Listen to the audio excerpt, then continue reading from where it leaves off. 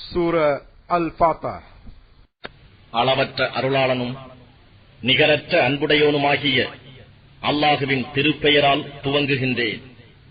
நபியே, நிச்சயமாக நாம் ஒரு தெளிவான வெற்றியாக உமக்கு வெற்றி அளித்துள்ளோம். உமக்காக உம்முடைய முந்திய தவறுகளையும் பிந்தியவற்றையும் அல்லாஹ் மன்னித்து உமக்காக தனது அருட்கொடையையும் பூர்த்தி செய்து உம்மை நேரான வழியில் நடத்துவதற்காகவும், மேலும் அல்லாஹ் ஒரு வலிமைமிக்க உதவியாக உமக்கு உதவி செய்வதற்காகவும் தெளிவான இவ்வெற்றியை அவன் அளித்தான்.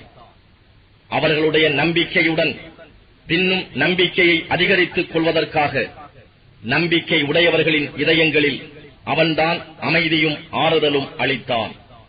அன்றியும் வானங்களிலும் பூமியிலும் உள்ள படைகளெல்லாம் அல்லாஹுவுக்கே சொந்தம். மேலும் அல்லாஹ் நன்கறிந்தவன், ஞானம் மிக்கோன்.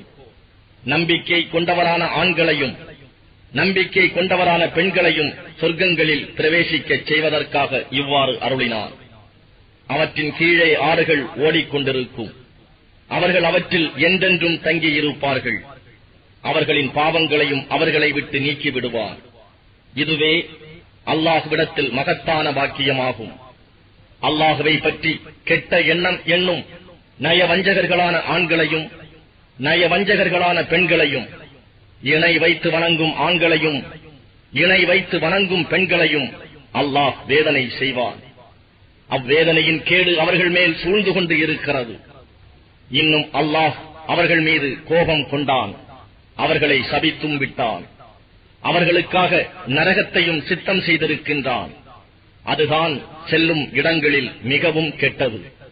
அன்றியும் வானங்களிலும் பூமியிலும் உள்ள படைகளெல்லாம் அல்லாஹுவுக்கு சொந்தம். மேலும் அல்லாஹ் யாவரையும் மிகைத்தவன், ஞானம் மிக்கோன். நிச்சயமாக நாம் உம்மை சாட்சி சொல்பவராகவும் நன்மாராயம் கூறுபவராகவும் அச்சமூட்டி எச்சரிப்பவராகவும் அனுப்பியிருக்கிறோம். ஆகவே நம்பிக்கை கொண்டவர்களே, நீங்கள் அல்லாஹுவின் மீதும் அவனுடைய தூதர் மீதும் நம்பிக்கை கொண்டு அவனுக்கு சன்மார்க்கத்தில் உதவி, அவனை சங்கை செய்து காலையிலும் மாலையிலும் அவனை துதி செய்து வருவதற்காகவே தூதரை அனுப்பினோம். நிச்சயமாக எவர்கள் உம்மிடம் வாக்குறுதி செய்கிறார்களோ அவர்கள் அல்லாஹுவிடமே வாக்குறுதி செய்கின்றனர். அல்லாஹுவின் கை அவர்களுடைய கைகளின் மேல் இருக்கிறது. ஆகவே எவன் அவ்வாக்குறுதியை முறித்து விடுகிறானோ நிச்சயமாக அவன் தனக்கு கேடாகவே அதை முறிக்கிறான். எவர் அல்லாஹுவிடம் செய்த அவ்வாக்குறுதியை நிறைவேற்றுகிறாரோ அவருக்கு அல்லாஹ் மகத்தான நற்கூலியை விரைவில் வழங்குவான். நபியே, போருக்கு உம்முடன் சேர்ந்து வராமல் பின்தங்கிவிட்ட நாட்டுப்புறத்து அரபிகள் எங்களுடைய சொத்துகளும் எங்கள் குடும்பங்களும் உங்களுடன் வராது எங்களை அலுவல்கள் உள்ளவர்கள் ஆக்கிவிட்டன. எனவே நீங்கள் எங்களுக்காக மன்னிப்பு கோருவீர்களாக என கூறுவர். அவர்கள் தங்கள் இதயங்களில் இல்லாததை தம் நாவுகளினால் கூறுகிறார்கள். அல்லாஹ் உங்களுக்கு ஒரு கெடுதியை நாடினாலும் அல்லது அவன் உங்களுக்கு ஒரு நன்மையை நாடினாலும் அதில் எதையும் அவனுக்கு எதிராக உங்களுக்கு தடுக்கக்கூடிய அதிகாரம் பெற்றவர் யார்? அப்படி அல்ல. அல்லாஹ் நீங்கள் செய்வதை நன்கு உணர்ந்தவனாக இருக்கிறான் என கூறும். நீங்கள் கூறுவது போல அல்ல. அல்லாஹுவின் தூதரும் நம்பிக்கை கொண்டவர்களும் தங்கள் குடும்பத்தாரிடம் ஒருபோதும் திரும்ப மாட்டார்கள் என்று நீங்கள் நிச்சயமாக எண்ணிக்கொண்டிருந்தீர்கள். இதுவே உங்கள் இதயங்களில் அழகாக்கப்பட்டது. ஆதலால் நீங்கள் ஒரு கெட்ட எண்ணத்தை எண்ணிக்கொண்டிருந்தீர்கள். அதனால் நீங்கள் நாசமடையும் சமூகத்தினர்கள் ஆகிவிட்டீர்கள்.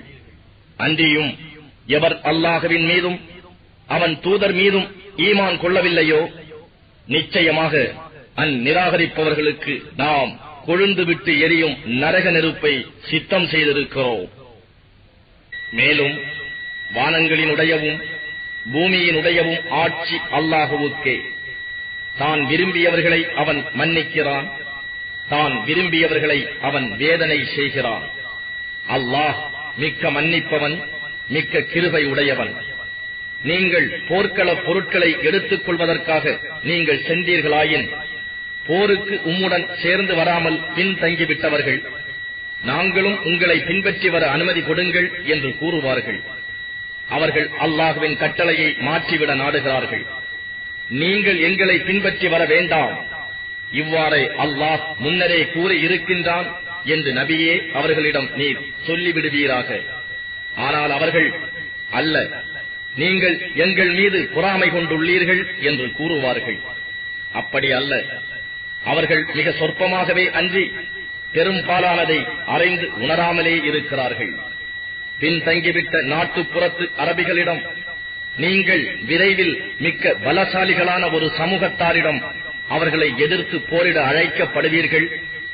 அவர்களுடன் நீங்கள் போரிட வேண்டும், அல்லது அவர்கள் முற்றிலும் பணிய வேண்டும். அப்போது நீங்கள் எனக்கு வழிபட்டு நடத்தீர்களானால் அல்லாஹ் உங்களுக்கு அழகிய நற்கூலியை கொடுப்பான். ஆனால் இதற்கு முன் நீங்கள் போரிடாமல் பின்னடைந்தது போல இப்பொழுதும் நீங்கள் பின்வாங்குவீர்களா?